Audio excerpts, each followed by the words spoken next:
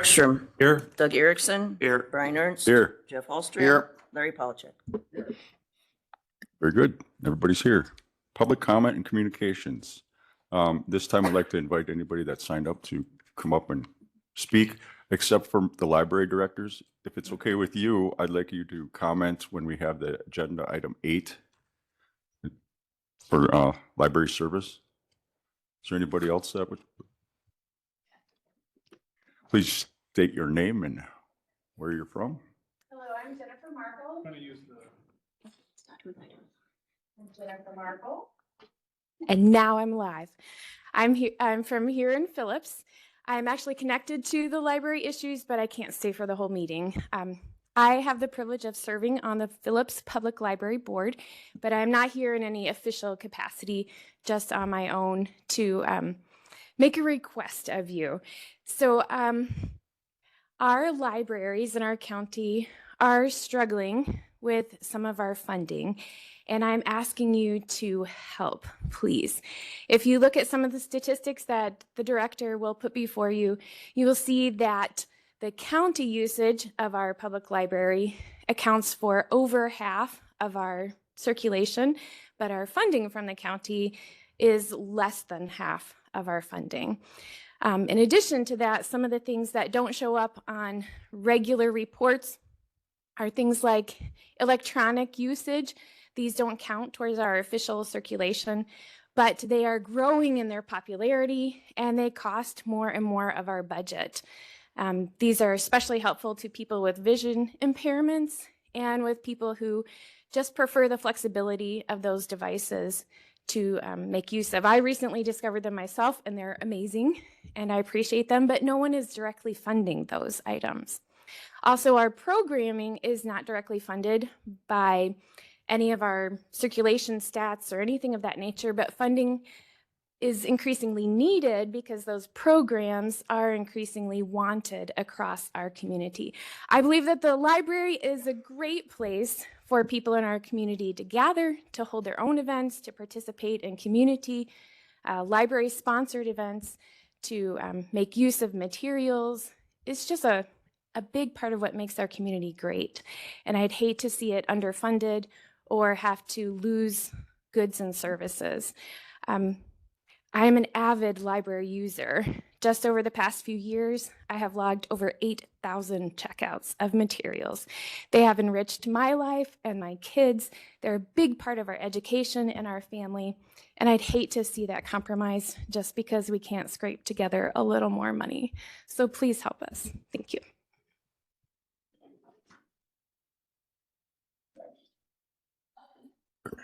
Hello, I'm Shirley Smith, a resident of the city of Phillips, and I'm speaking as an individual, but I do want to say that I am a member of the Phillips, Friends of the Phillips Public Library. I know the board is well aware of the rising cost of health care for their employees, and libraries also are faced with that problem. In a county with a declining population, libraries are one of the things that can attract young families considering moving here to work and that people considering retiring will look for. Even among our neighboring counties, the lowest level of support is higher than that suggested by some members at the most recent meeting of the full board. I want to encourage you to support the Phillips Public Library and all of the libraries in Price County at more than the minimum required level. Thank you. Thank you. Any other public comment? Anybody online? Hearing none, any communications from committee members? None there. Okay, we'll move on to minutes from our September 10th and 17th meeting. I'll move it be approved. Markstrom motions to approve. Polachek second. Any discussion? All those in favor of approving the minutes of the September 10th and 17th meeting signify by saying aye. Aye. Any opposed? Motion carried. Item 3, treasurer report. As you notice, there is no treasurer's report yet because it's kind of early, the first day of the month. But I will skip down to the tax deed. Jean provided you each a nice colored copy of the 2021 taxes. We had just sent out the delinquent notices the beginning of September. We had like 100 or 97 on the list. We are now down to 63 as of yesterday, of parcels that we will be looking at starting the tax deed process on next month. So if you just want to look through that list. I did get the final 2022 payments on the Park Falls Mill yesterday. He called and that payment's coming in. So they are down to just having 2023's delinquent. The owner is working really hard on getting those caught up. So we've been working close with them. And that's it for this list. And I know we have on our agenda here to talk about the land sales and how we're going to try to go forward dealing with them. Nick had just gone to the Wisconsin Counties Association where the attorneys for the association was supposed to come up with some kind of template for an ordinance for us to follow. And I did look through it last night and it doesn't really answer most of our questions. So Carrie, Nick, and I were having discussions this morning. Everybody has a copy of that ordinance, right? It should have been in the Or packet. the template? It was in the packet, okay. So some of the discussion we had, this is just supposed to be an outline. They really didn't provide the template that I think we were hoping to get. But our discussion this morning, and Nick probably would rather talk about it than have me, but we talked about things like they want us to address heirs and beneficiaries of a previous owner. And in my position, I don't feel my office has the time to try to seek out who are beneficiaries and heirs if the previous owner had died.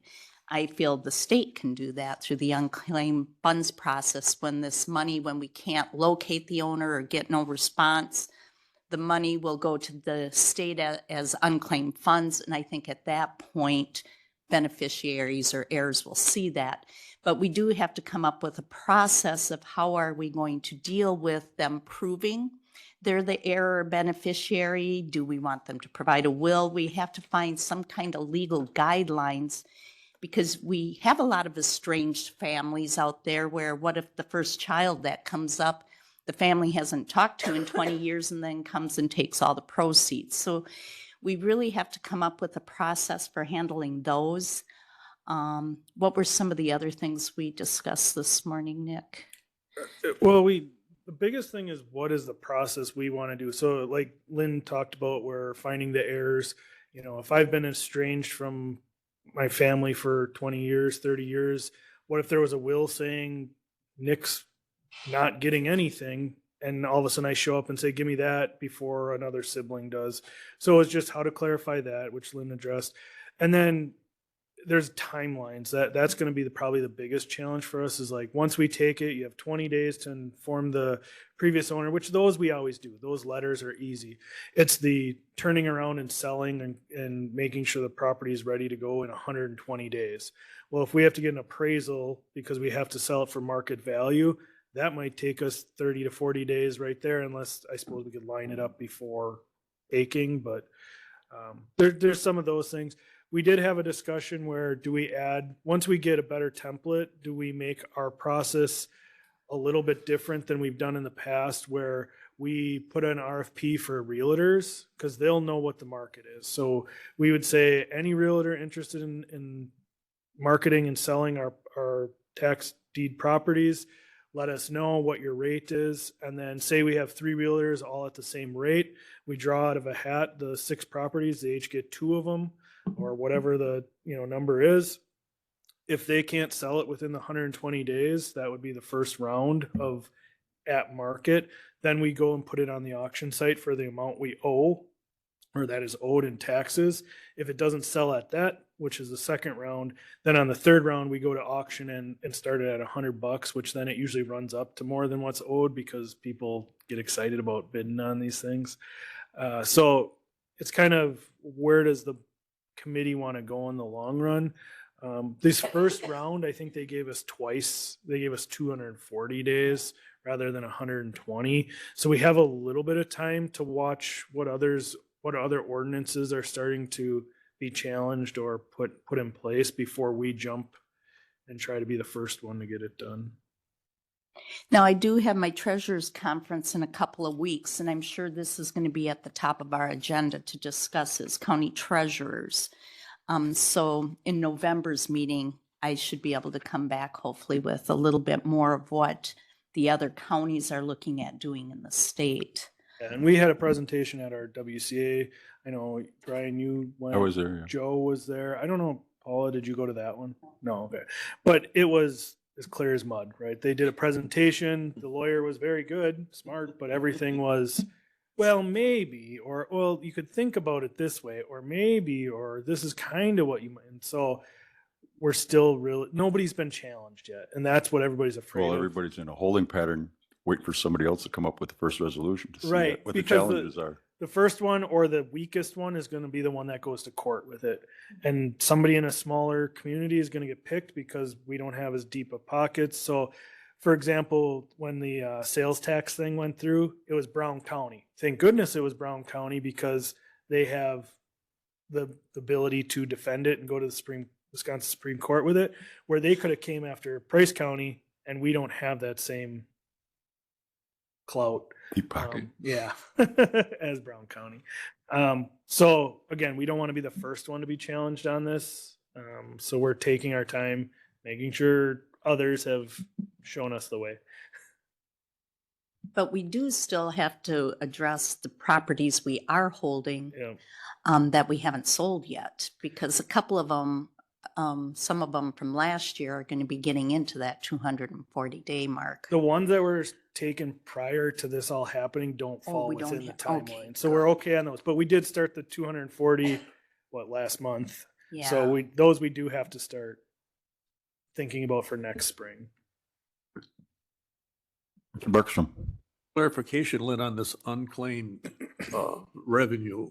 So it goes into REM and eventually it'll get sold at auction and then there's nobody there to claim the money. So it goes into the state And I think, what was it, 10 years? Is that the figure they got now? It Sounds right. started out at 5 years where the Yeah. state would hold it for and you 5. didn't think Now it was it's your 10. responsibility to go rummaging through the historical records and find out who might have a claim to it? That's before. Huh? Go ahead. Well, to try to locate heirs, there's no recordings anywhere. So how do you, like, the ones I just took, one of the owners owns 2 properties. He's from the state of Missouri is where he lives and is deceased. And the people who own his house in Missouri contacted me and let me know that. But he has a very common name. So how do you How do locate? so you're trying to sort out in your mind who really is the Yes. legitimate person? And where do you go Once looking? we get past that first general, so yeah, we have some confusing ones, but you're going to have one where you sell, no heirs come forward day one. We've put out the letters we're supposed to put out. Then it goes to the state. So we turn over the money to the state, and then it's the state's responsibility. We don't You're done continue with it. Yep, we're done with it.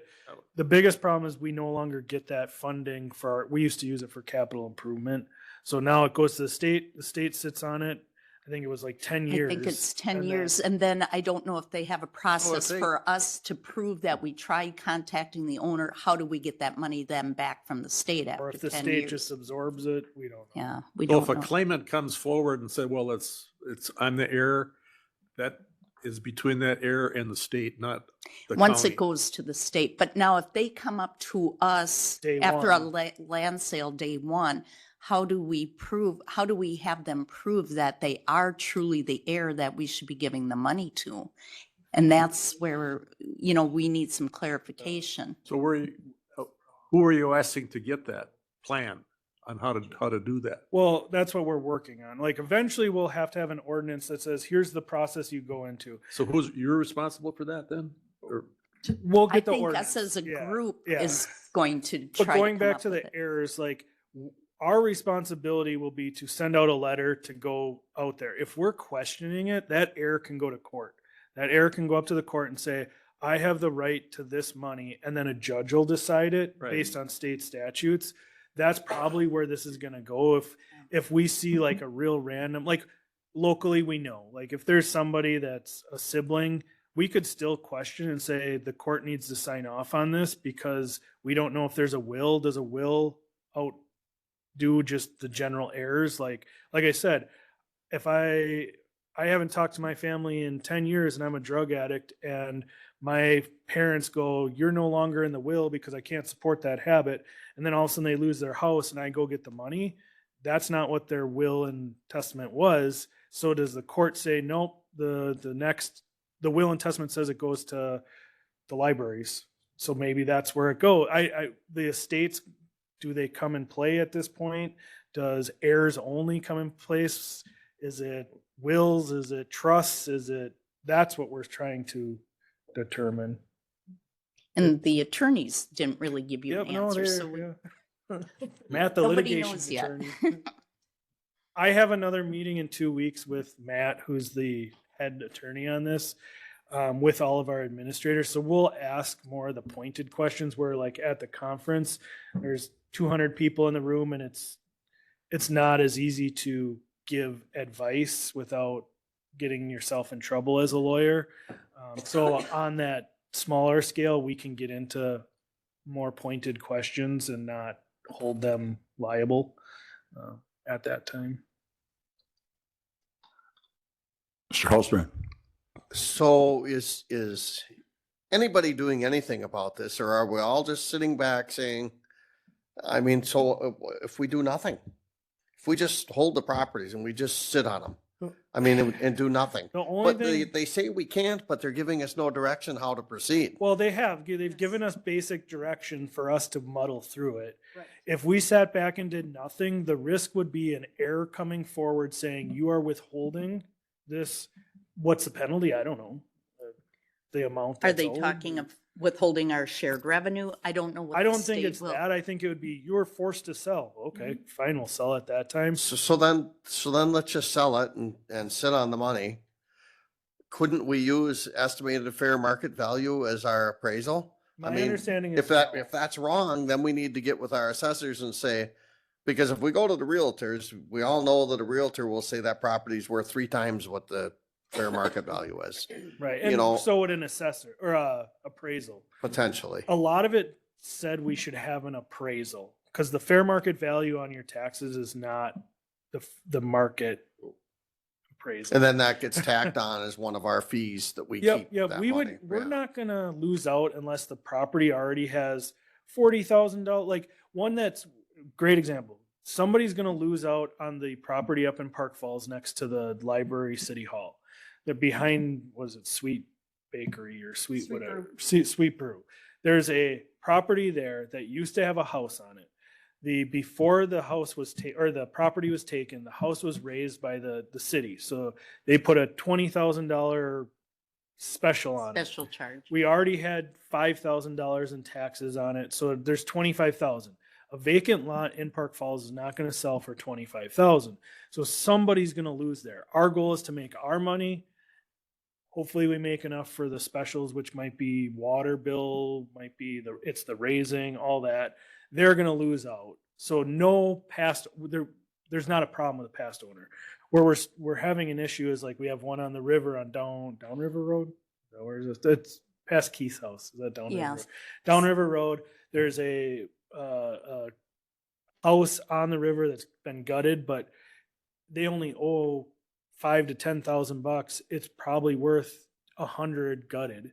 So that's the one that somebody's going to get $80,000 after all the fees, and whether it's a realtor fee, whether it's our fee, whether it's the auction fee, those all get paid. Then there'll be an $80,000 check sitting there that we would let everybody know there's been a positive sale on this property. You have the right to claim it within so many days, otherwise it'll go to the state fund. We have to do something.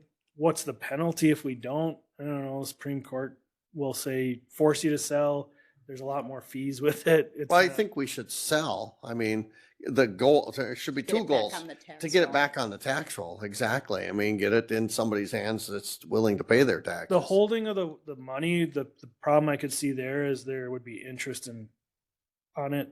So like, say you held it for 5 years and didn't give it to the state or didn't give it to the heirs, they're going to say, whoa, that's 5 years at 5.5% or whatever it is. So you're going to owe more than what you sold it for, and you're going to lose money. So you want to handle the money as quickly as possible to get rid of it properly. So it's clear as mud on what we're doing. We'll probably get together after Lynn's conference because she'll learn more about it. You'll after have my- yours at the same time. and we'll so, just yeah. and maybe we just do a very, very basic ordinance to get us on the books to having an ordinance. And from there, we create our own internal procedure. The ordinance would just say, yep, we know we have 120 days. Yep, we know we have to distribute it. Yep, we know we have to do X, Y, or Z. But then internally, we make that procedure, like I said, realtors, first sale on auction, second sale on auction, which at the second sale on auction, it should go. Whether we lose money, that might happen at that point. City would lose money on that one property, no matter what you do on that one. Well, hopefully sometime soon there'll be a template put together. I that- think their argument is this is what their template's gonna be. I'm waiting for more of like some of the smaller counties to jump on it with their corp councils and and put their ordinance in place, and then we can build from there. We'll keep working. Okay, anything else? That pretty much covers agenda item 4 also, A and B. There's no further discussion. We'll move on to agenda item 5, Catkins contract review. There's some folks here from Catkins. Would you like to get up and state your Sure. name and I'll kind of get go us ahead, Nick, started. you can So, moderate. just so everybody knows where we're at, Chief Deputy Hahn and myself have been meeting with Catkins. We've met several times. A lot of good conversation. We have updated the contract language to fit what's going on. So I think we're all on the same page. And Bobby, you can agree or disagree that the language of the contract, I think we're good at, where we've updated the times that they're available or certain processes with dogs, cats, anything there. So language wise, I think we're all on the same page. What we're struggling with now is currently we have a budget in 2024, is that the year we're in? 2024, it's in that between $45,000 and $50,000. So I think it's 46 something. So $46,000 is the budget. When we first received the request to go through this contract, there was a number given of 196,000 for 2025. So from 46 to 196 was the request. After talking through the contract, working with Catkins, they've come back with a new number of 145,000. But we wanted to invite them here today to kind of discuss where that number's coming from, to put something in the budget. Right now, we have a balanced budget, and we've put $100,000 in there for this contract. So we did increase it. We doubled it, just over doubled it. They're still requesting above and beyond that 100, or what we put in there, the 100. And then, we asked them to come here to discuss with the committee to see if this is something you well, to be a full board would have to take from somewhere else, whether it's, I don't know, you'd have to increase here and lower somewhere else in the budget.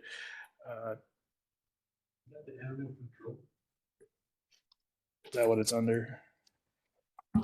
No, No, animal control would No. be like the humane officer. right. It would just be there's a line item for the contract. I did do some research. It ranges across the northern area of what contributions counties give. Eau Claire County, I talked to this weekend, this last week, they're at 50,000. Sawyer, Russ, Lincoln, I can't remember what Taylor was. Sawyer, Russ, and Lincoln are all at that like 100, 115. Ashland, I don't know how they do it. They're at like 12,000. So they have a different procedure. Bayfield, I think, was still up at that 100 and 120. So that's where we came up when we built the budget, the 100. We knew we had to do something to get where we need to be. But like I said, we invited them here to kind of discuss where that request came from, because we had been doing 46,000 now for, I think, 5 years is what it's been at.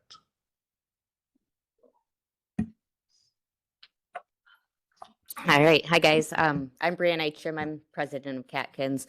And we have Tanya Belanger. She's our shelter manager. Robin Frommel, she's a board member. And then Courtney Beitengruber, she's our treasurer. So thanks for listening to us, and for Nick for coming to some meetings and working through this with us. I think the biggest increase that we need that budget for is going to be payroll. It's right now our staff are really underpaid. We had our shelter manager, a couple of staff members, but we're mostly volunteer based. With the animals that come into the shelter from the county there, they have medical issues, the horde cases, those are staff only animals, and that's really what where the numbers are coming from. So to pay somebody to deal with that, that's not easy work. I think right now what we're at, like $11 an hour we're paying those staff members. So to find staff members, that's pretty much the hardest thing. So it's just payroll, where the 145 comes from. Our budget for 24, what we're kind of seeing as expenses, taking the months we've already had out of 24, averaging those out, we're at like about 270,000 for expenses that we're going to be seeing in 24 from donations. And Tanya, our shelter manager, does a great job fundraising. A lot of our time spent through fundraising, and we have some really amazing donors. But donations for the year, average those out. 24, we're looking, what was it? About 207. So 207 we're raising ourselves. That's with the county money, and that's really, really good. We're operating at a state though that we shouldn't be. You said 207. What is that? Where that's income coming in from donations from county money. 100, 1,000, 10, $207,000. 7,000. Yep. So yeah, but basically we just need to operate better. Our building is falling down. Everything that we do is very minimal. We are doing everything we can to cut costs. Everybody is overwhelmed. We've kind of been operating this way for quite a while. And we shouldn't be. We can't continue to go as we go, if that makes sense. Things need improvement. Things need to be dealt with. Raises need to be made. Everything's kind of at once here, which is why that increase is substantial. So how many animals, Tanya? So in If you wanna 2023, talk about our intake, I'm Tanya, I'm the Catkins Animal Rescue Manager. In 2023, our intake was 475 animals and 472 were from Price County. So we didn't take in any transports from the south or from any other surrounding counties, only Price. And I do have those records here if anybody wants to see them. The question on those 472, are some of those brought in by residents or are these- Yes, yep. So I do have a breakdown here. Let's see. So relinquished by owner were 311. Those count as Price County Humane Officer surrenders. So many times the humane officer, instead of seizing the animals and having a custody hold of 14 cats for a year that the county has to pay for, she will get them, she'll call me, we'll work together and get the resident who's hoarding or neglecting the animals to surrender the animals to us so that it's a peaceful transition and not costing the county and the humane officer and Catkins. We have 10 dog kennels. So to hold 5 dogs from a seize, that takes up half of our capacity. We're usually we have 10 to 20 dogs in-house every day, and our capacity is 10. If the state were to come in, we would be cited for being over capacity because they're very strict with the measurements of how many dogs you can have per kennel. Cat-wise, we have anywhere from 60 to 100 cats every single day at Catkins. Every single cat is in a cage. Every cage has to be cleaned. We have one staff member who comes in, she gets 4 hours a day to clean 100 kennels, and she gets paid $11 an hour. None of us have benefits, retirement, vacation, anything. So we're operating basically a county shelter as far as numbers and just care requirements go, but with a super small staff that's very underpaid and undertrained. So basically, we're not going to see this end. This isn't just a Price County thing. All of the area counties are dealing with the same thing. Ashland County is now revamping their entire program. And Taylor County, Russ County, everybody. So basically, because we don't foresee this ending, we definitely are going to need more help to keep going as a county shelter that isn't really a county shelter, but we're running 100% with Price County animals at this time.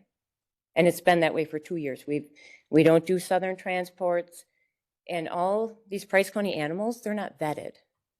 So to get a dog fixed, and just a healthy dog vetted that needs vaccinations, microchipping, and to get spayed or neutered, is about $275 for Catkins. To adopt that animal, it's $200. So we can't raise our adoption prices. Adoptions are way down. They've really decreased for everybody. To get a cat fixed and vaccinated is around $150. The adoption fee is $75. So, and our fees are as low as we can go. So, and nearly every animal that comes in from Price County, that's just a healthy animal. We have many that need surgeries. We do fundraisers online to try to get that $2,700 leg amputation covered. But asking our area folks during this time of inflation for more donations has been hard. They do help as much as they can, but we can't rely on that. We're holding 5 fundraisers in October. I do all the fundraising with a small team of people while trying to run the shelter. So to do that and keep up at that rate is just not feasible. We've hit a wall for 2 years. So we also ran into the issue, we had a tiny little room, if you've ever visited Catkins, with about 75 cats running around in it. They were all getting sick. Contagions were being shared back and forth. So we fundraised and we purchased 2 outbuildings for our cats. We didn't ask the county for any help. That was $39,700. Then we contracted Randy Smart to put propane furnaces in there to convert our boiler and our in-floor heating to propane versus gas or versus electric, because our electric bill was like almost $1,000 a month. We paid him $23,400 to do that. All fundraised dollars. No, we didn't ask the county for any help for that. We did that all within the last 4 months. So we tried solving the problem ourselves. We put up these outbuildings. Now we have dog kennels falling apart. We have a crazy environment. When you walk into Catkins, you can't hear anything. Our building is very tiny. You walk in and there are dogs everywhere eating the walls. We have one poor guy who gets to clean all those cages every day. He's burnt out, making very little wages. And it's really hard when McDonald's is paying $15 an hour and you're asking somebody to come in and do this very stressful job for $11 an hour.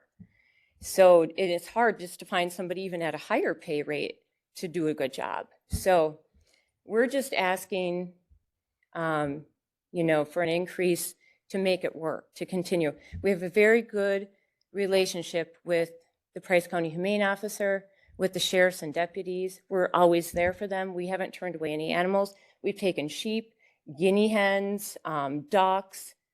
We've taken whatever they throw at us. They drop them off, we do the rest. And we're always there for them. So it's a good partnership. We're asking for more help. We haven't asked in 5 years for any increase. We haven't received any increase whatsoever. Inflation has hit our operational costs, our transport costs. We're running 2 hours every direction to go to the vet to get the best cost. We're constantly trying to cut costs, trying to fundraise.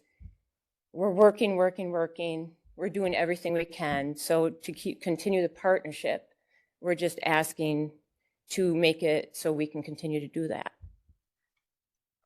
I have a couple quick questions and Sure. then I'll let you, Larry. So if we give you more money, would it go through anything else besides payroll? Will you be able to increase capacities to more than 10 kennels? So we have, if anybody would like to see it, we are currently doing a fundraising campaign. We haven't asked the county for any monies towards our facility expansion. We're working with a local company. We have a drawing of a new facility that we want to put up so we have more room. So when the Price County Humane Officer calls us and says, I have 15 labs in my trailer, you already have a full kennel, where can I put them? It's your job, it's in your contract to find room for them. We have kennels for them. So that's what our plan is, and I can pass that around. We're not asking for money for that. We're raising that money ourselves right now. And that's our plan for the future, is to have a bite hold kennel, to have quarantine kennels, to have that all available for Price County Humane Officer and just local residents who need to surrender or to cover hordes and just to have the space. Do you have any extra kennels, general kennels, other than, the specialized ones, like you said, bite hold? We like crates. We have pop-up crates that we. Are you planning on adding any additional? Yes, above the yes. 10? So currently we have 10 dog kennels. And in our contract, it says we have to have 2 available for the Price County Humane Officer at all times. Unfortunately, the Price County Humane Officer has all 10 kennels full at all times. So that's kind of null and void at this point. So our new plan has 16 kennels, 16 dog kennels, and we would have 5 of those as our quarantine kennels for the Price County Humane Officer, deputies, and officers when she's off duty to bring in animals. So they have a space for them to go, as well as bite holds, which has been an issue for Officer Dabler and the county. There's a lot of dog bites, and there aren't any facilities to hold them. So we don't have room. They call us, we don't have a kennel open for a bite dog. So that's another thing we worked into our plan. Okay, next question, and then I'll let Mr. Polachek. Counties with similar budget expenditures, say Taylor County, how many kennels do they have for, say, the 100 or Taylor County 150,000? They have 10 dog kennels. Just spoke with him. He gets roughly $5,000 a month from the county, but he does not take any cats. So he has the same number of kennels as us. He currently has 20 dogs in his 10 kennels, so he has the same issue as we do, which is why we can't help each other anymore. Right. But he does not take any cats, and cats are a huge issue in Price County and a huge expense for Catkins and the county. So that's in comparison, his contract, I believe, is 50, but again, he doesn't take any cats for the county, just dogs. Okay. Polachek, you had a question? Tanya, when you take animals through Price County Humane Officer, is it documented what portion of the Yes. county they come from? Yes, And where do most of our stray animals come from? I would say probably 85% come from Phillips South. In the Ogama area, down in that area, we get a lot of unclaimed strays. In the last year, we've seen a significant increase in abandoned dogs. Obviously, abandoned dogs, a couple of them, we've proven the case that they were abandoned. You're going to see more of that because vetting costs have doubled. People can't afford to spay and neuter. It's very expensive. Those are programs we want to work on in the future and develop things to help. We want to help solve the problem, not just enable people by, you abandon an animal, comes to Catkins, no problem, So we want to help in those areas, but Vetting costs have doubled for us. They've doubled for the community. You're going to see more unwanted litters. You're going to see more abandoned and neglected animals.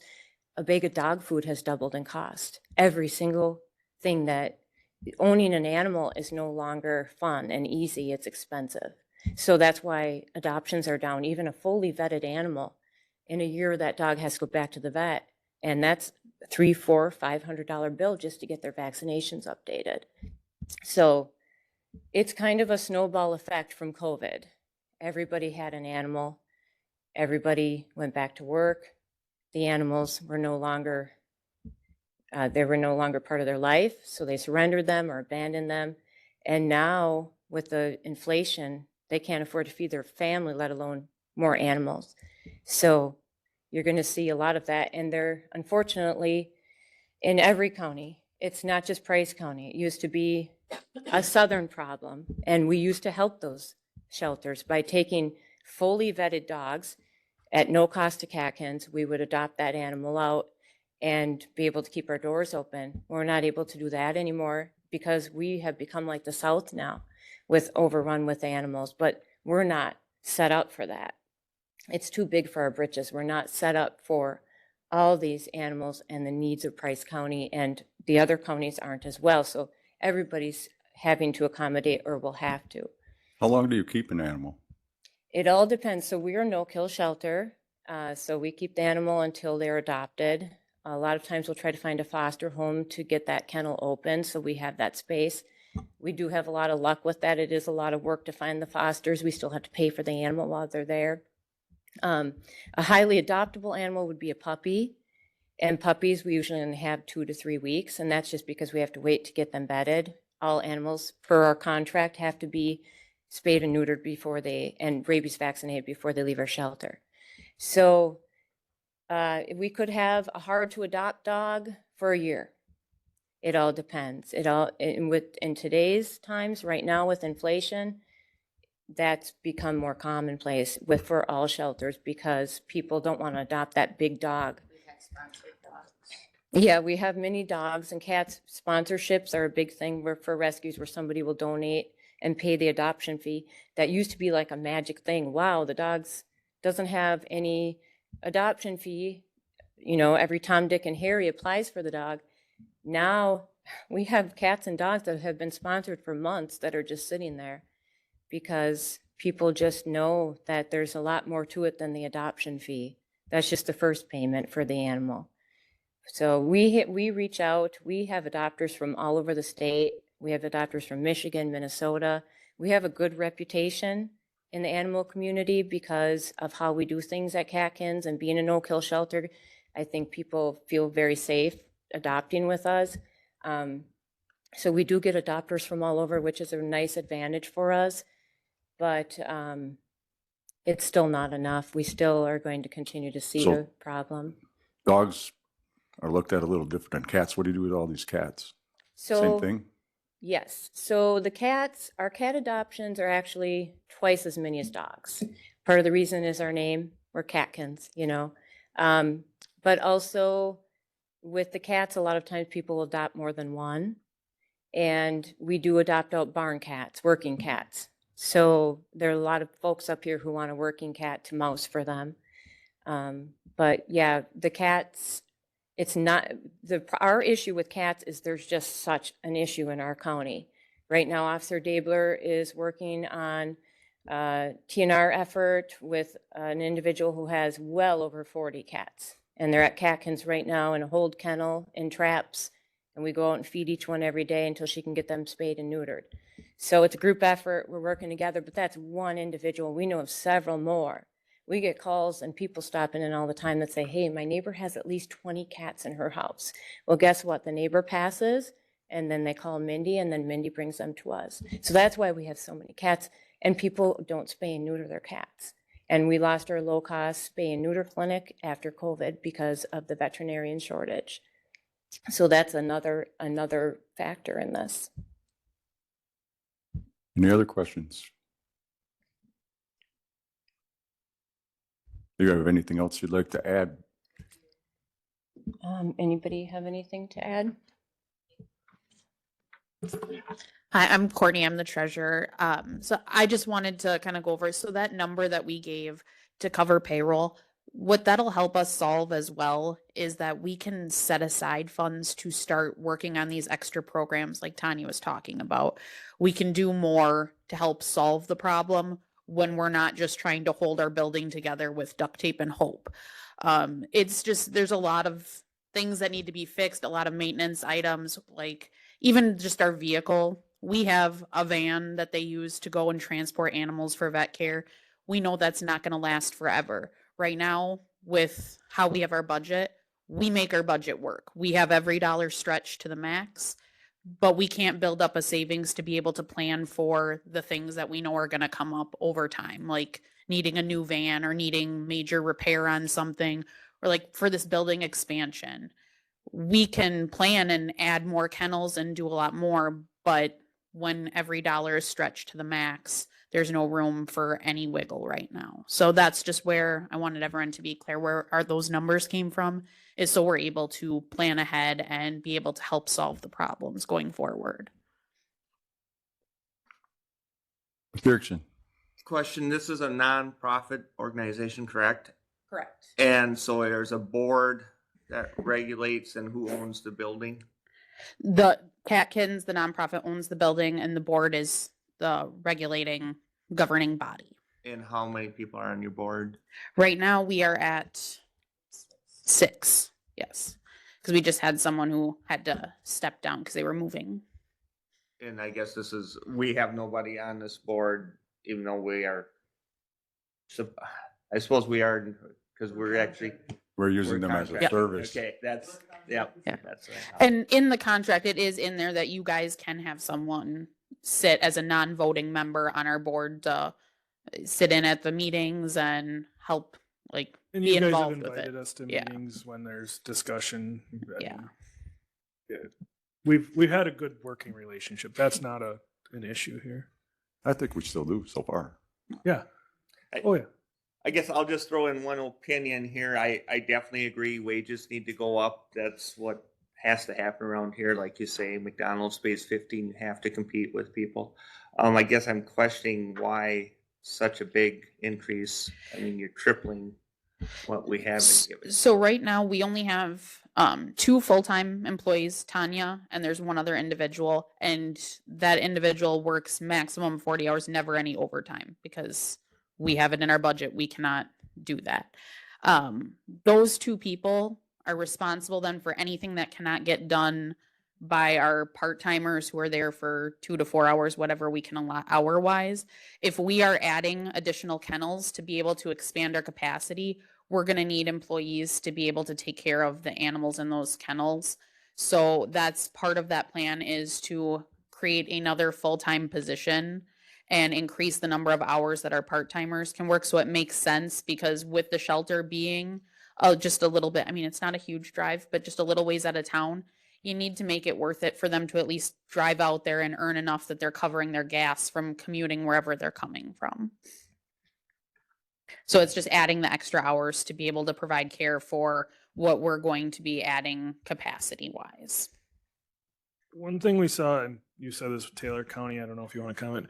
What is we've talked about this in our meeting too, the cat requirement. So like, we're statutorily not required to deliver the cats, do anything with the cats. So how does that, I mean, you said that was a big burden, is the cats. Who makes the decision on who does what with cats? Is it this through our contract saying we're not doing it? Is it you guys saying no more, we can't handle cats? Is it the humane officer? Who's not saying that's what we should do, but who would be a decision point for cats? I guess it would be a mutual. Yeah, I think ultimately it would be the county.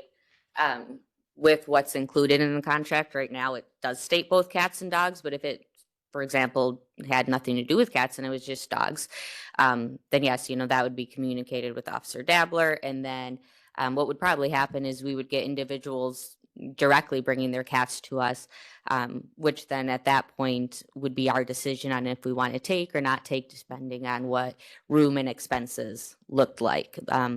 But basically, we wouldn't be obligated to take those animals. It would be Tanya's and the board's decision. And we've had that discussion at the meeting where it's the cat's our burden. We're a transport agent at this point where it's Nick catches a cat in his backyard.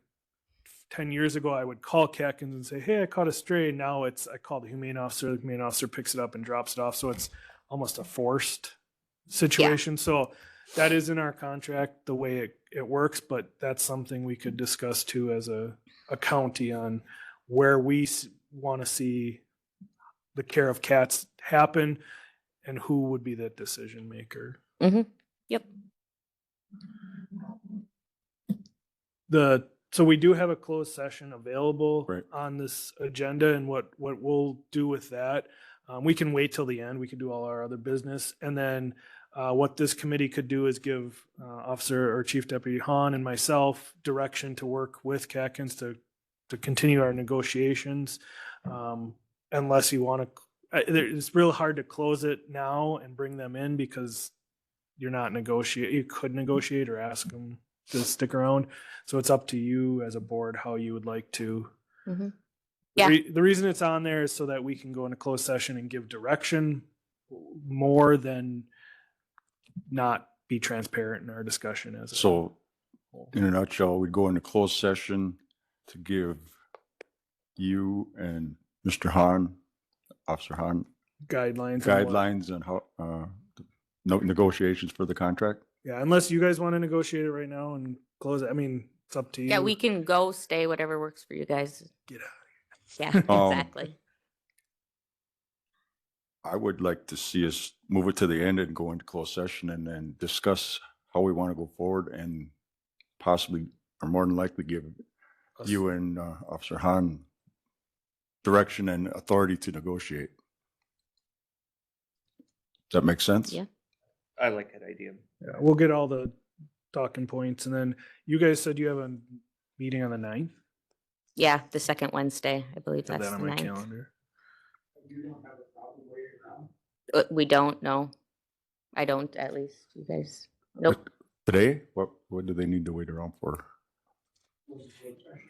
Well, I don't think they're, would be a part of that.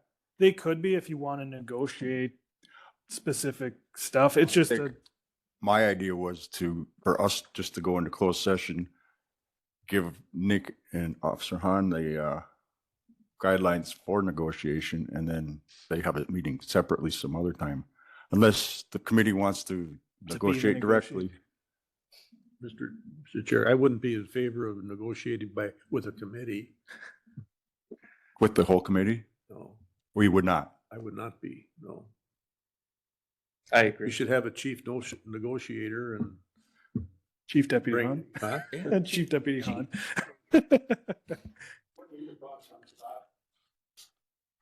On the Process. Just the process of moving forward from not here. I think it would be wise for us to go into closed session. You guys provide myself and then guidance as to what you guys want to see and what you guys are willing to spend. And then give you the power to negotiate. And we would just bring it to the full board. Yeah. Yeah. I meant both of you, but No, we'll work together. I mean, again, we're all in the same place. It's just budgets are tight. We need to make sure we're all on the same page. And even some of the little things like we talked about, we'll go into closed session to discuss how we want to move forward with the contract. I mean, Bobby, we've gone through the contract, I think, twice now. There's nothing that's controversial in there on general what we've been doing Yep, versus the procedures and contract. Now, verbiage. if we might have some discussion on cats or something like that, but basically it's a fiscal thing right now. that's where I feel we're at, unless we make a major change on cats. But that would be the only. There's nothing in there that's we're not already working through. Yeah. So unless there's any objection, I don't think we need you to stick around today. Okay.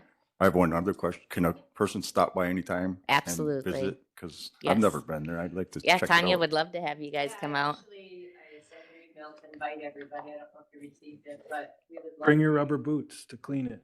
You can come after 9 o'clock or will be very smelly. 9 a.m., not 9 p.m. Yeah, What, where's your meeting this on October 9th? We'll probably have it at Fiorio's again. Yeah. 5:30 again? Yep. Okay. And when? October 9th? We just do it the second Wednesday of each month. Okay. Yeah. Which will be perfect for our board meeting. We'll come with hopefully a final recommendation. Okay, if there's nothing further to discuss, we'll move on. Thank you for your Thank you. contribution today, and Thank you, guys. we'll get back to you. Okay, we're going to skip item 6 and 7 and go to 8. County Administrator. All yours, Nick.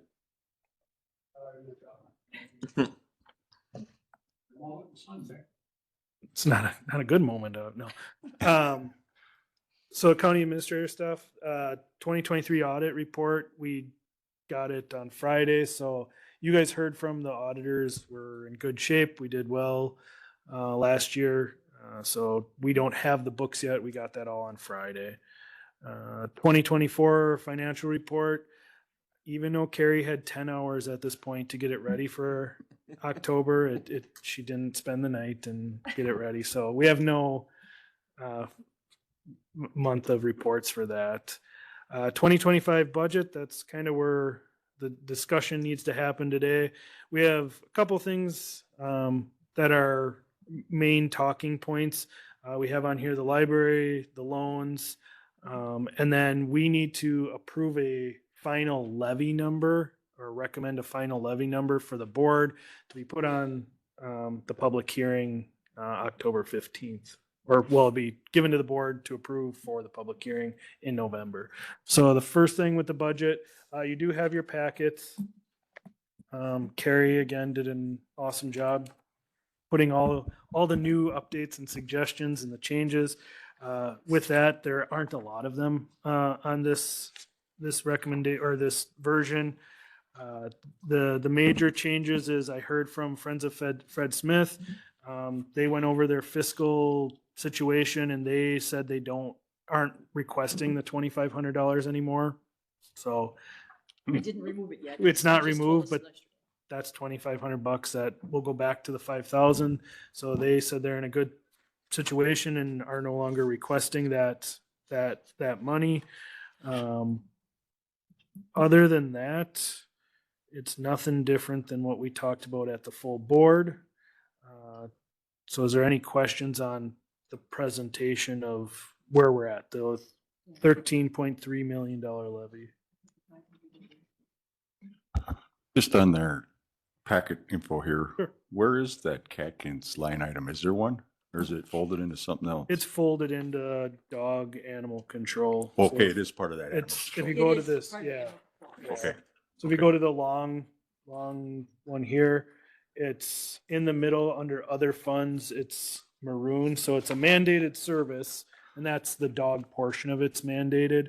But that goes up by 56,490. So we get about $30,000 in revenue for dog pigs. So that does offset. some of So on that line item, basically, it's including 100,000, not the 145 they're it. requesting. Correct. Yeah. It's at 100,000 right now. The other thing that was in here, Carrie just reminded me, is we did do that equipment, the $500,000 for yellow equipment, which was $120 some thousand loan, if you do it over 5 years. So if there's no questions on the general packet, the things that we need to discuss today are the library service, and make a recommendation for the full board to consider, and then the loans.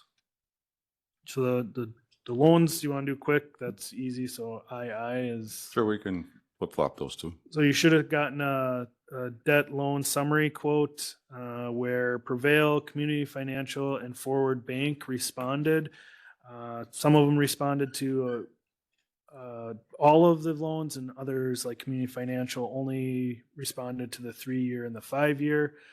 Overall, Prevail Bank was the lowest quoted amount or percentage on all 4 requested loans. So 4.64 for the 1.1 million for 1 year, 4.98% for the 300,000 for 3 years, 4.64 for the 3.1 million over 1 year, and then the 5-year $500,000 was 4.98. The 1 year ones doesn't really affect us much because we pay them off within 90 days, 60 to 90 days. So you don't actually see a large interest. It's the 5-year and the 3-year that you'll see a difference year over year. Because last year I think they were like 2.25 or something. So they've gone up quite a bit in the last 2 years. So we need a motion to accept Prevail Bank as the lender to all those. Okay. I will make that motion. Mr. Erickson makes a motion to accept the quote from Prevail Bank for All 4 loans. all 4 loans. Is there a second? Mr. Hallstrand seconds. Any discussion?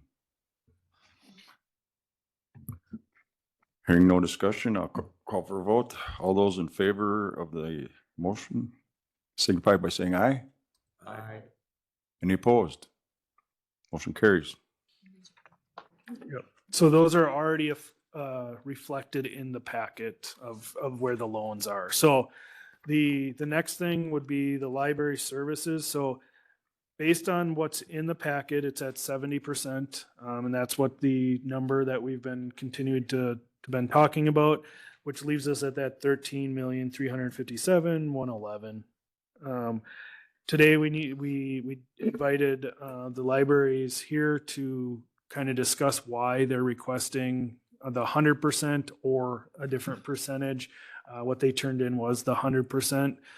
So if you want to invite them to. Yeah. Rebecca, would you like to start? Okay, I think I have 9 copies of this, so I think that'll. Okay, so I do have to warn you that these numbers are taken from the Phillips annual reports. I'm the director down here in Phillips. So I don't have access to the Park Falls and the Ogama numbers at this point, just so you know. So just kind of take this as an overall Thank you. trend. It might be a little bit different in Ogama or Park Falls, but okay. All right. Okay. So basically, these numbers just show you what Jenny Markle already told you. So I know that we talk about circulation a lot. I realize that it's a big deal and that it is what that formula is based on for the most part.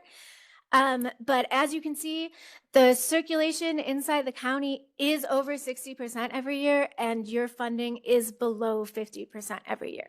So the people in the city of Phillips are paying 100%. They're reimbursing us for their services at 100%. I think the original thought behind this was that the people in the city would be using the library more because it would be closer to them.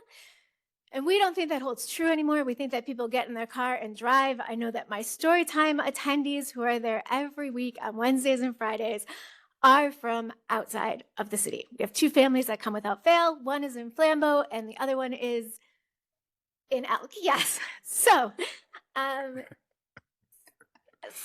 again, the county people are coming in. As long as we have things that they want, they are coming.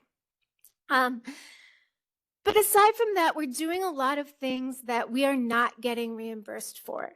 And one of the biggest issues that we're dealing with are e-materials. So these are audiobooks and books that you are downloading onto your Kindle, or you're listening to on your phone, or you're even reading on your laptop. And we don't get any reimbursement for these. That circulation doesn't go into that overall county formula. And the reason for that is mostly that the state can't decide how to bill it, because let's say you're sitting in Flambeau and you download an e-audiobook. Well, does that mean that you borrowed it from Phillips, or did you borrow it from Park Falls? And so we've been fighting them about that for 10 years. They're not going to do anything at the state level, so we're asking you guys to help us out at the county level. So that's that second little table on the first page. So that's our eCirc. And again, just at Phillips, but as you can see, it's going up every year. We don't see it stopping. With the new internet services that you guys plan to provide, we actually see this going through the roof. We did do a survey at Phillips this year, and we asked people if they're using the library less, why they're doing so. And 40% of the people that are using the library less said that it's because they're now using e-resources instead of checking out physical materials. And that was the most popular reason for why people were not using the books on the library shelves anymore. reason? They're now using ebooks or e-audiobooks. It's popular. As Jenny said, you can make the font as big as you want. You can have it read it to you. So if you're visually impaired, we have an aging population. They like to go on their Kindle and make that font as big as they can.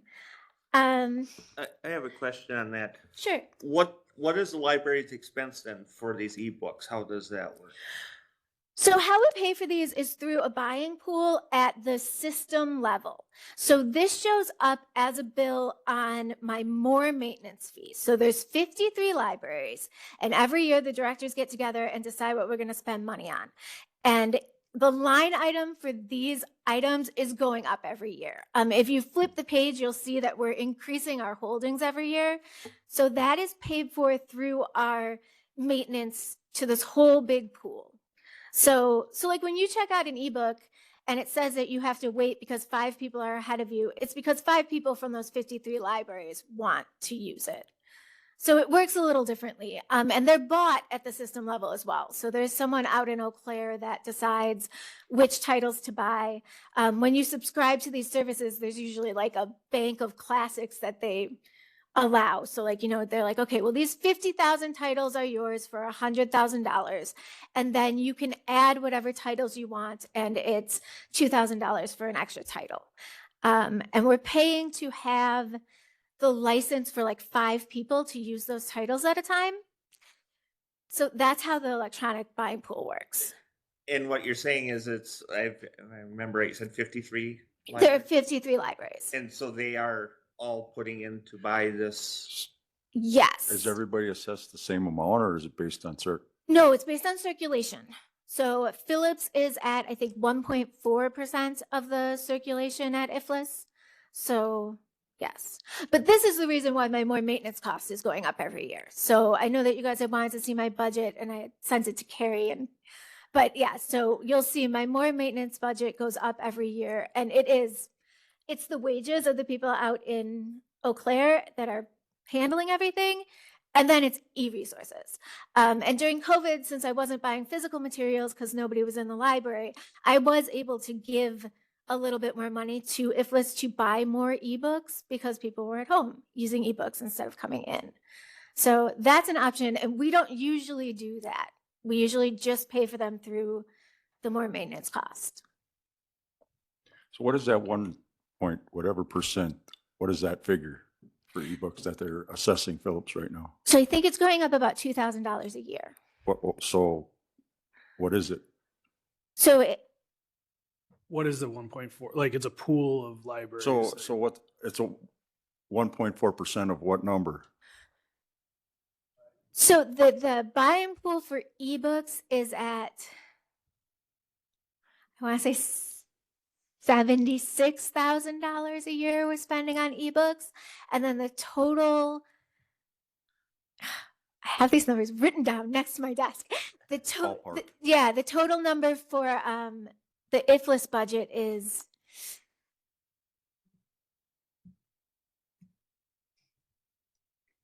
you know what? I can look it up. Hey, hang on.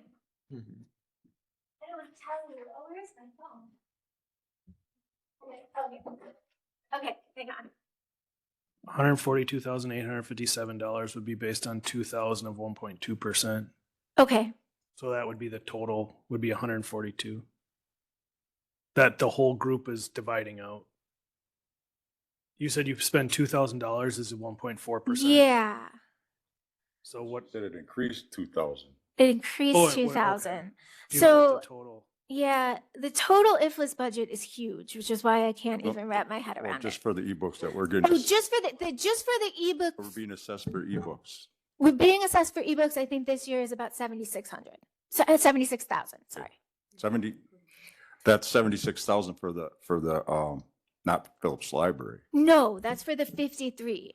So And then we're- I get a bill from IFLS For 1.4% of that? for 1.4% of the overall operating budget of IFLS, which next year is Okay, so you don't have a $10,000. line item for electronic, it's included in that overall? It's included in the overall. Yeah, it's included in the more budget. And the library directors vote on that and we approve all that. But given the usage of e-materials, we don't want to not provide them to our patrons. So, I mean, we've kind of unanimously decided over the Trying to last couple of years. Get a feel for what the cost of the ebooks is to the Phillips Library. So it's embedded within your more. It's embedded in, yeah, my more payment next year is it's 10,700, I think, around there. So if it's 10,700 and you pay 1.4% of the total Right. more cost is 764,285. That sounds about right. So what's 1.4% of 76,000? 1,700 would be 10%. About $1,700. Okay, That's what they're The e cost. costing, so that's costing the, without being reimbursed. right. But it's kind of a minimal number, but it's affecting your hardcover or hard copy circulation numbers. Exactly. Which So then the you don't big- get the reimbursement. Right. So like the biggest problem with these is we have more and more people using these items. They're not costing us a ton, but they're costing us when it comes down to that formula and they're taking circulation away from the other things. Right. Right.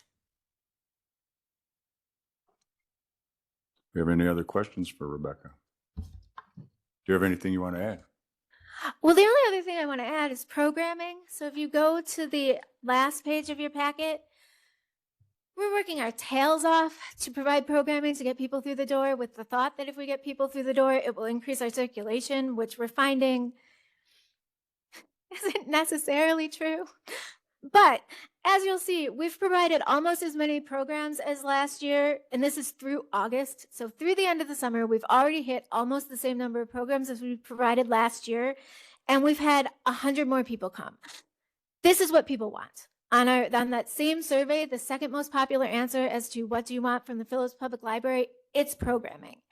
And we're running into the problem of, to provide a program, we give you a snack, especially if you're a child. And so the cost of granola bars is twice what it was 2 years ago. You know, we want to do a pressed flour jar thing.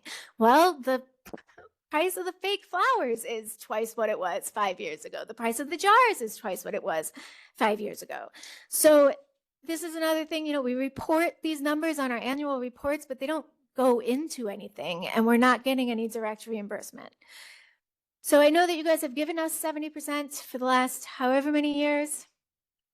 The price of everything is increasing and we're offering services that don't directly, there's no way to make them affect that cost. So we're really asking that you think about what your libraries actually do for the community and you at least consider giving us a little bit of an increase next year. As an observation, because circulation is down, our 70% is a lower number than it could be. Sure. If your circulation was higher, that it wouldn't be 70% would be more than the 274,000 or whatever it is. Well, to put it in saying- perspective, Park Falls' circulation is actually at the same level as it was 5 years ago. Yeah. And at the 70%, she's still getting $10,000 less next year.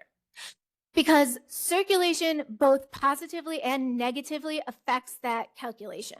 So when your circ goes up, your price per item goes down. So then the price that you're calculating to charge you guys goes down. So really, the only way to affect this formula is to have a pandemic that throws circulation so off that now going forwards, we're getting less for the same amount of circ, or we find more money somewhere. And the city of Phillips did give me a 3% increase this year, which was great. And they gave me a one-time payment of $3,700 in ARPA funds. And between those two things, I was able to make up what I lost in the county this year. But going forwards, I don't have those ARPA funds. So now I'm down $3,700. I'm looking at a 30% increase in health insurance that I don't get, like the city doesn't say, oh, we'll cover that 30% increase in health insurance. That comes right out of my bottom line. So if I leave everything in my budget exactly the way it is now, if nobody gets a raise, if I don't buy any more books, if I don't do any more programming, if I just leave it, I'm $7,000 short next year. And that's with the 70% funding, which is a little bump. And I mean, we appreciate that. We understand that the 70% funding for next year is a little bit of an increase for all the libraries.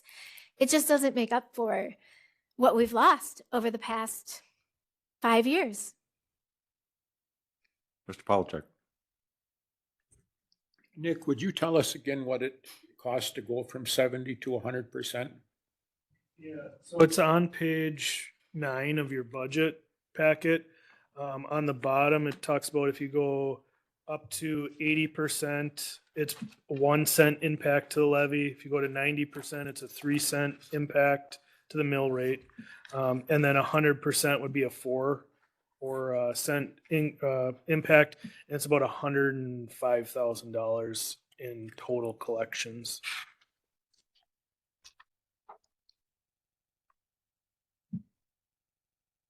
So that's per 1,000 of your property.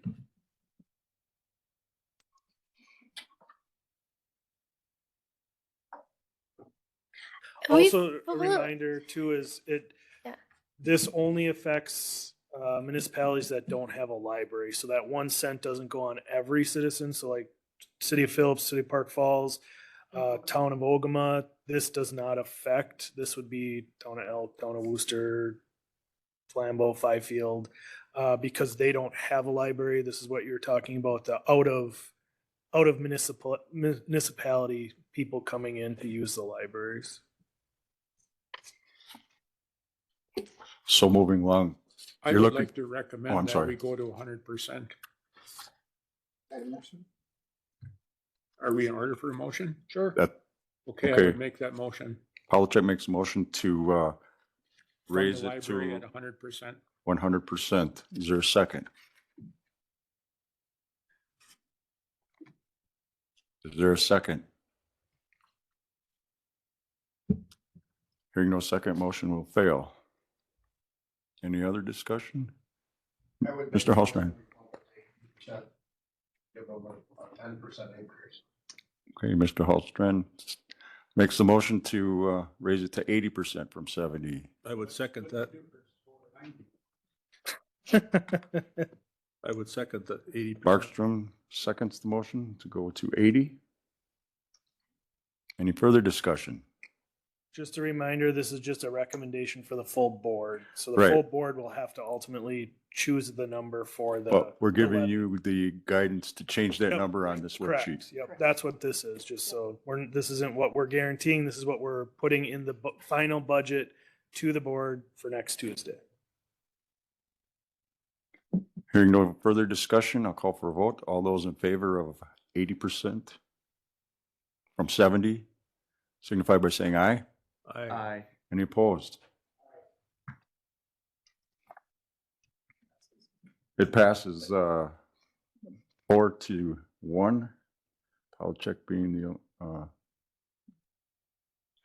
naysayer. Aye.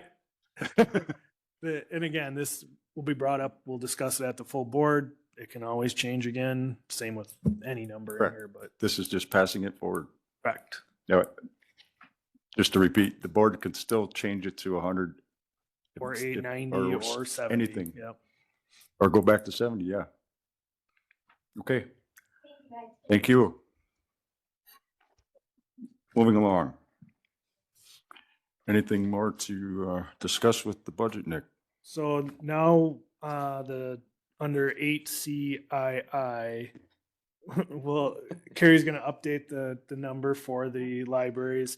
We'll get a new number to make a recommendation to the full board for the levy which would go in that resolution that So comes from. that will raise the levy 1 cent. Yeah, approximately 1 penny, yeah. Mill rate. Or the mill rate, correct.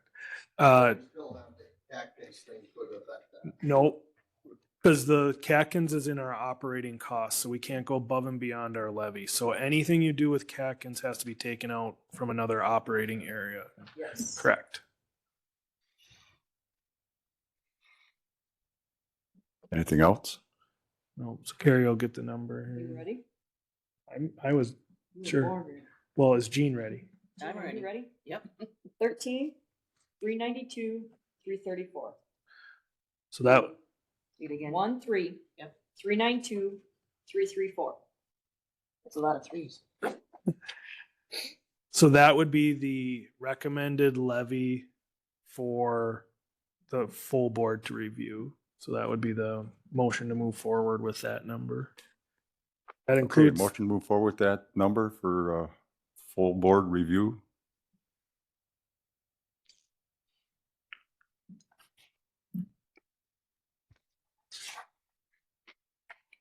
we'll be here all day. Looking for a motion? Motion by, oh, I'm sorry. I'll make that motion. Motion by Erickson. Is there a second?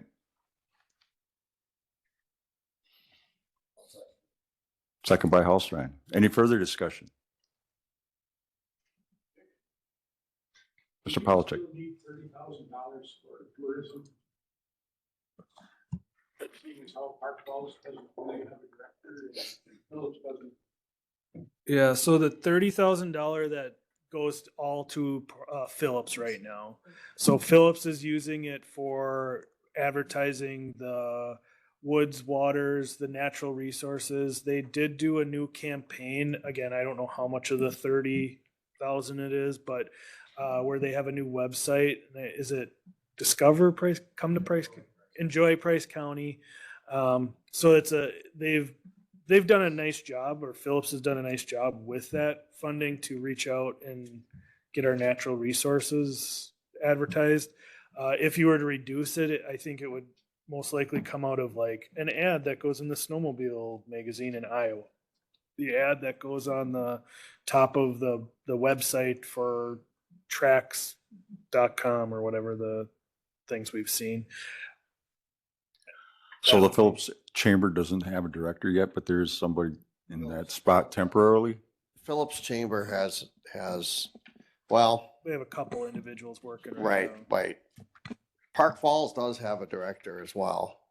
Yeah, but we've taken Park Falls out of the loop because Right. it was too hard to say you do something and you do something, and then in the end, Phillips would have put in all the ads, and then they have to ask Phillips to give them the money because it was never meant, and was never used to do their own activities. It was always meant for woods, waters, natural resources, and that's why we consolidated it down at the Phillips Chamber, because they could just organize it and get it done. And that is where right now I know a good lion's share of that money is going towards the new website, promoting that, the Enjoy visit Price County, the tourism guide, that booklet that's going towards that. That's where the 30,000 is being spent today.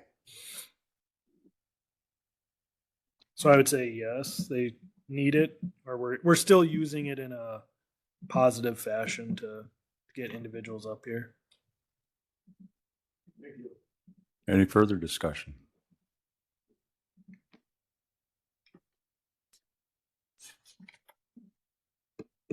You want to reread the motion? Sure. I got a motion, Erickson Hallstrand, to approve the 2025 budget with an operational levy of $13,392,334 and forward to the county board for their consideration. And instead of recommend, Recommend? yeah, because you're not approving it. Oh, that's right. Yep. Or accept. Yeah, I know, we ran into this. Recommend. I would do recommend. And then what'll happen is this number will be put on a resolution that is endorsed by the chair. So it doesn't go through a committee to go to the public hearing. Or is that one step farther? Public hearings in November. Right, but isn't there a resolution to go to public hearing? Yep. Okay, so that's why we need that number recommended going into the board meeting. Okay, unless there's any further discussion, go ahead and vote. All those in favor signify by saying aye. Aye. Those opposed? Motion carries.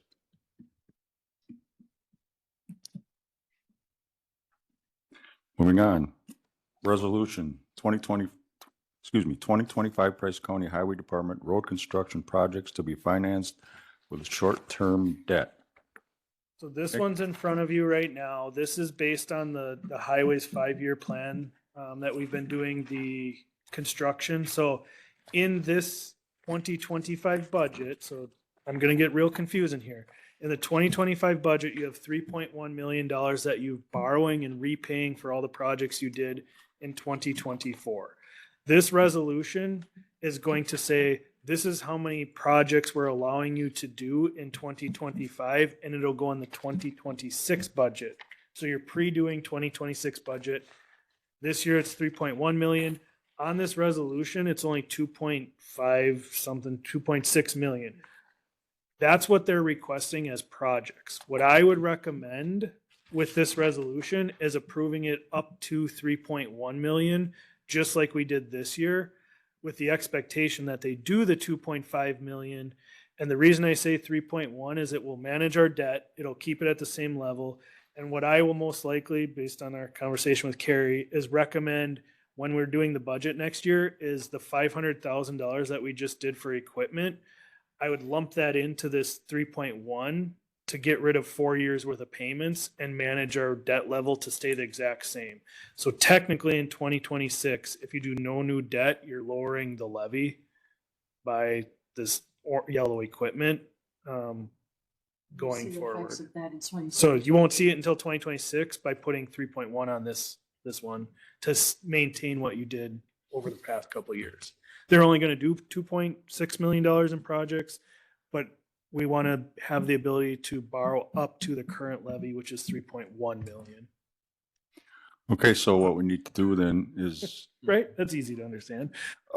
we need a motion to, I would have some questions, What- just what okay. Nick said.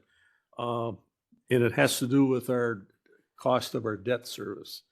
And I'll call to the attention of the committee here, in 2023, our debt service as a percentage of budget was 12%. And in this year, 2024, it was 13%, went up 1%. Now in the 2025, it's 16%. So that's a pretty dramatic Correct. jump. Yep. And that's I due think to the reason for that is inflation. Well, we increased $1 million. of Right, borrowing. so there is, I wouldn't disagree that the cost of every project has gone up, but you guys have also approved millions more in projects than you had over the last Right. 3 I years. Yeah. remember the motion was to do an incremental 16 miles of road for this year. Yep. And that's, he's got to add. That's why to that's that. over $1 million new. Yep. Yeah, and let's see, then there was 2 trucks. Is that it? Is We that in added this one budget? truck to the debt. Yep. Because there were 2 trucks that were out of service, I think. Well, no, so we currently do one truck in our fund, our equipment fund. And then we said, we know we need to rotate trucks more. So we want to borrow for one truck. So that's 300,000. We did $1 million more for road work. We did the yellow equipment, which is another 100,000, even though we borrowed 125,000. So that's why we went from 13 to 16. If you update this resolution to 3.1, what will happen next year is it should be 16 to 16 and a half. There should Yeah, be no increase. I just want to be assured that Can't say this no. trend is going to stop. That's what we're recommending, is Because, plateauing. Yeah. and that debt service as a percent of the whole budget is principal and interest. Correct. So that's another thing where we went from 2.25% interest to 5.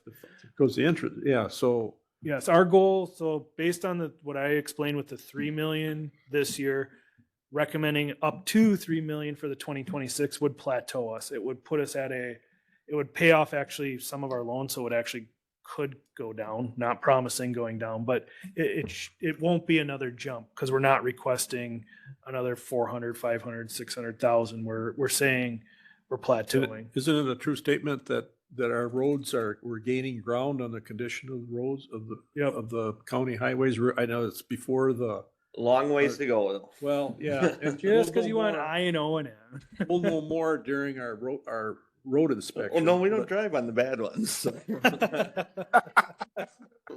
This is a vicious circle we're in. We're doing more. We have to borrow the money to fix the roads.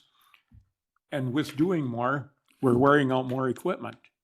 So we have to replace the equipment, and I believe there was 3 trucks that were red tagged because of cracked frames What are the conditions over of the those last trucks? year. Did We're they- gaining on that, Al. Yeah. With Yeah, the the plan trucks that that we're are putting, ordered. right, so we're we're plan we're putting gaining in on it. place two new trucks a year, which gets us onto a proper cycle. We have some old ones, but we did some stuff early, but the 2 per year should keep us on a plowing truck cycle that's pretty decent. The yellow equipment, now we've started doing a plan with that, where I'm recommending the 3.1 will actually reduce our interest cost going forward because we can pay off that yellow equipment next year without having a dip and a up and a down with our debt. We're recommending a plateau of that 3.1. So with this resolution, it's going to be 3.1. You're only going to spend, say, roughly 2.5, 2.6. Right. And the balance will be used to pay off the yellow loan, Equipment, yep. equipment loan. Yeah, that's our goal. That's our discussion with finance over here. So we Got need, that in writing, Gene? Yeah, everybody record that. it's being recorded. We're pretty good at, but once we have a plan, we stick to it on that kind of stuff. Because we know, one, we don't want to keep going up by 1, 2, 3% on our debt. We've hit a good spot where even Roger's plan, it's not continuing to go up. He's saying, this year I did 3.1. Yeah, we did a big stretch, but next year we only have the crew to do 2.5, 2.6 million. Next couple years. The next couple, right, his 5-year plan. So we're going to be using that gap that we've created now, which is the 3.1 this year, to make sure we're managing our equipment, which is the next issue is the yellow equipment, construction equipment. So this resolution says 2.6, but Well, so I'm you're recommending changing. he's recommending a 3. I will- Proper thing to do would be to, I need a motion to approve this resolution. And once we go into discussion, then somebody has to offer a motion to amend it. Or do you want to amend it before we even approve it? Can you do that? Yeah. I'll make a motion to amend this resolution to 3.1. So approve it at 3. Just say you're approving at 3.1. Erickson, second by Polachek. To make this resolution a fiscal, Well, to discuss this resolution, it's now stated at 3.1. So you don't have to, yeah. So now the resolution is in front of you to say, we believe they're going to do about $2.6 million in projects. However, we have the borrowing capacity of 3.1 million. So you have the ability to borrow up to 3.1, which will affect 2026 budget, not this year's, which this year we're already at 3.1. So we're maintaining the same level. so do we need to put that in words here as far as you No. can only spend up to 2.6 this year, but Because that's what the plan is. So the plan should be with it that says, here's the projects we're gonna work on, here's Okay. the estimated cost. Roger's really good at building a buffer in, like the one of the projects came in like $15,000 less, not the W, but the D. Did we do a chunk of D? That one came in at like $15,000 or $30,000 less than what expected. The W looks like it's coming in right on or below. So Roger's really, all our past commissioners have been very good at making sure not to come and go. I think it's 2 million and then it's 2.2, you know. So yes, the plan that you guys approved says they're gonna do these X projects that will cost 2.6 million. The resolution is gonna say, we're gonna cover that, but we're also gonna give the same levy debt as we did in 2025 for 2026. we've got a motion and a second. Is there any further discussion? Do you want to read the now therefore part? Or does everybody understand? It's 3.1. Yeah, all I did was the one that's in front of you. It says what, 2.6 million? It was Everywhere it just says 2.6, you changed it to to 3.1. 3.1. Yep. That was a sneeze.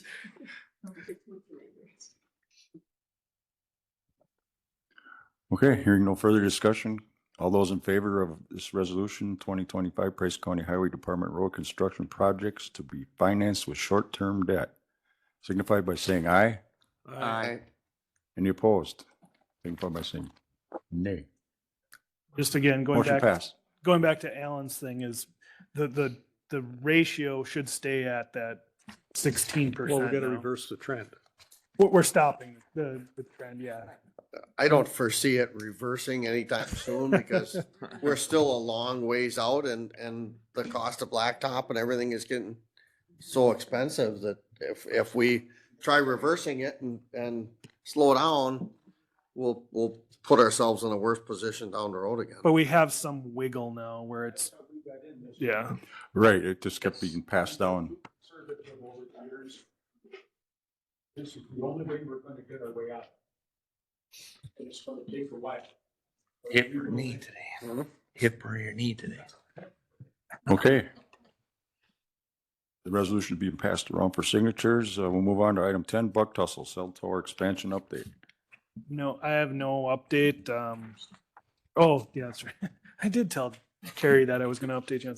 So I guess the only update I've heard is they are moving. They've had good progress over by Solberg. So the town of Worcester has 31 acres or 32 acres of town property that they were getting ready to dispose of, but now they're going to be keeping a chunk of that and working with Bug Tussle to put the tower there. So the town of Worcester, one, it expedites all the permitting, but two, they get the revenue for the next 50 years. So it'll be good for them. It's in the right location where they want it. They're going to put it on the back corner of this process or this property and then divide that property so they can still dispose of the property because they don't want it's like 31 acres. So that's the only update I have is I know they're negotiating that contract with Worcester, which again, that'll help them out yearly with a nice payment. So, or monthly actually, but. Any other comments regarding Bug Tussle? Monthly vouchers, item 11.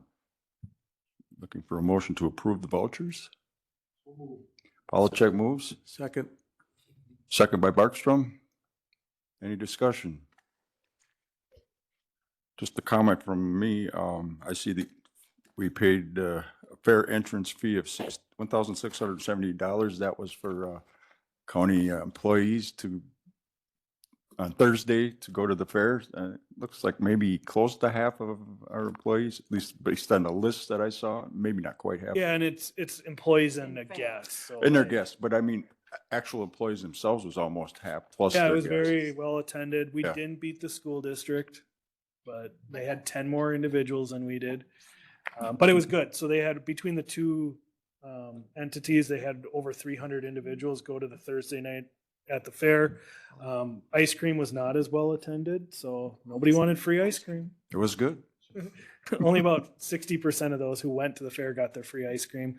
But overall, it's been it's been great for our employees because they get to go for free. If you want rides, it was $5. So it's a morale thing there. But then the fair has thanked us 10 times over because Thursday night is not normally their high attendance evening.